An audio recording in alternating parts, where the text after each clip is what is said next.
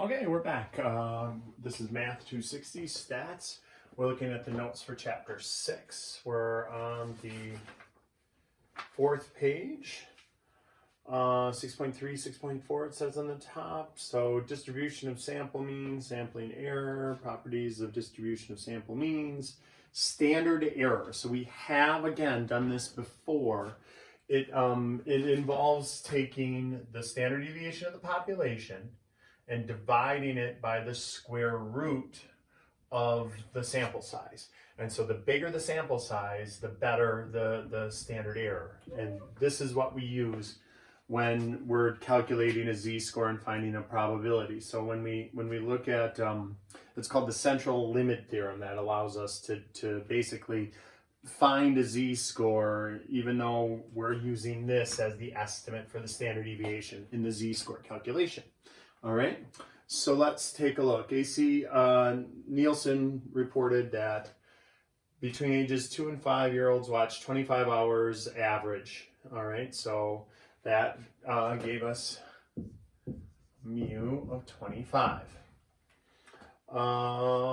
Assume the variable is normally distributed, standard normal, and standard deviation is 3. That's the population standard deviation is 3. We don't get to use that in our calculation for the z in this one. If 20 children, so n is equal to 20, so this is a sample of only 20, so we have to fix the standard deviation. It wouldn't have this much deviation.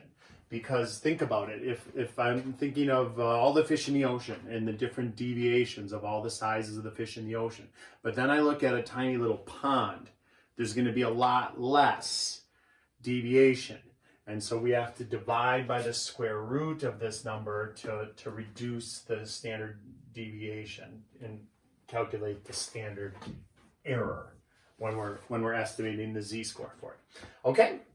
So it doesn't end up being that complicated. We just say, okay, well, let's find our standard error, which is going to be 3 divided by the square root of 20.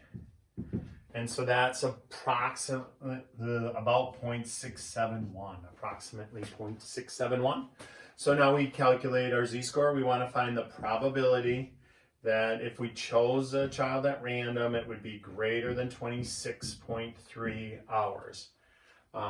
If 20 children between ages 2 and 5 are randomly selected, find the probability the mean of the number of hours they watch is greater than 26.3. So they want me to find that. So we're going to do the probability that z is greater than, and I don't know what that is, we have to calculate it now. So let's calculate our z-score. We're going to use x minus mu over the standard error because it's a sample, the average of a sample. So 26.3 minus 25 over 0.671. And that's 1.3 over 0.671, and that's 1.94.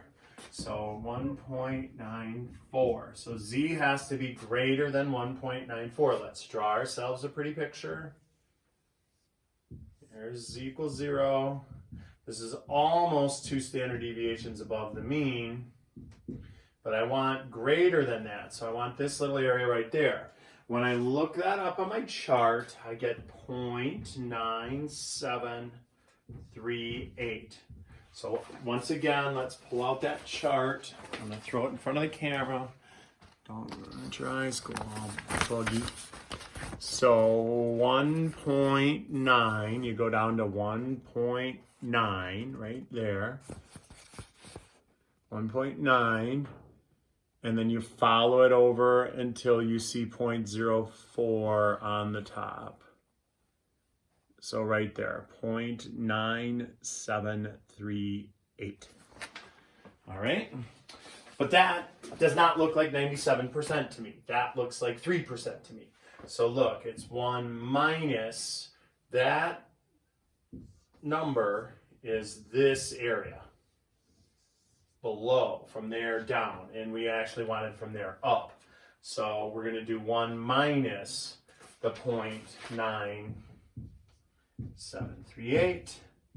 And that gives you 0.0262. So about 3%. There's about a 3% chance that the average of 20 children randomly chosen would have a mean greater than 26.3 when the average nationally was 25.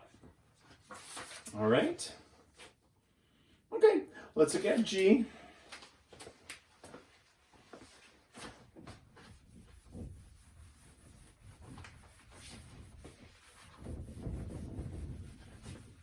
So on G, it looks like this. We've got the average age of a vehicle registered in the U.S. is 8 years old, or 96 months. Assume the standard deviation is 16 months. If a random sample of 36 cars is selected, find the probability the mean of their age is between 90 and 100.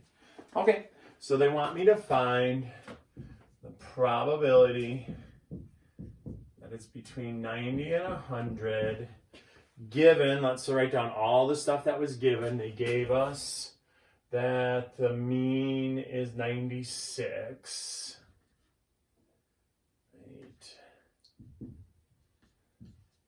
And they gave us the standard deviation is 16.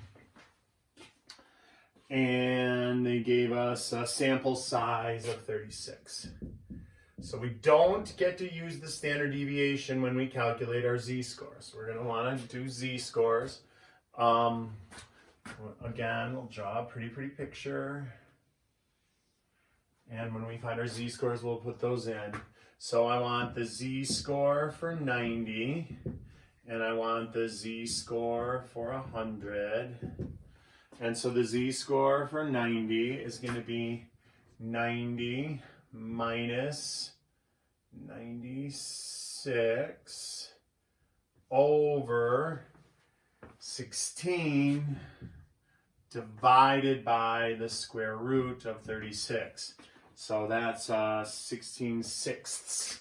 When we look at that, 16 over 6, that's 2.6 repeating. We'll call it 667. So we end up with -6, -6 over 2.667. And when we divide that out, we get -2.25, approximately.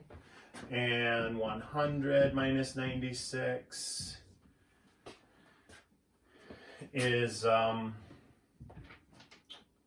divided by 2.667 is, let's see, what is that? 4 over 2.6, 2 2/3 basically.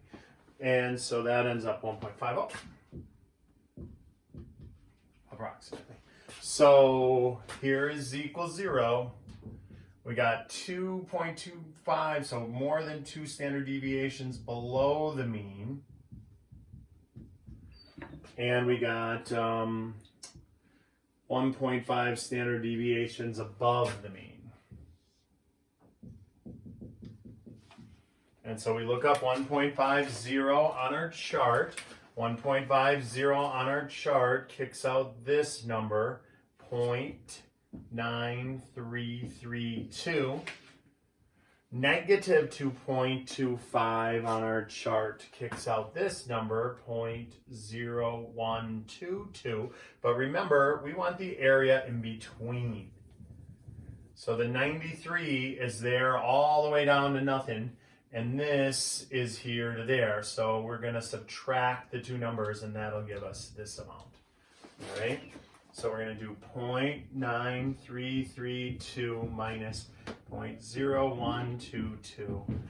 And that's a pretty high percent. Let's see, 0.9210. So just about a 92% chance that if you took the average of 36 cars, it would end up in that in the 90 to 100 range for their average, which makes sense because look, 96 is pretty much smack dab in the middle. So So 92% makes sense for that problem. All right, and then the last one, it's already all worked out for us. About the only thing they don't have is a picture. So I'm gonna just kind of walk you through, take a look at my work for that one. We did, they looked up everything. This was a binomial distribution. So P, Q, N is 300. We should always check to make sure that, you know, that's bigger than or equal to 5. 5 is the cutoff. And so the 300 times the 0.06 is 18. That's 5. So we're good. Bigger than 5, that's 18. And the other one's 282, really much, much bigger than 5. And so you find this mean by multiplying n times p. You find the standard deviation by n times p times q. Take the square root. And then we do all the same stuff we did before. So 2.27 is the answer. And we got a little thing. Oh, scratch that off. That was apparently... I typed in something wrong there. It should have been 0.9656 minus 0.9429. So a little fix for you on there. All right. So that is it for chapter 6. Email me with questions if you didn't follow any of that.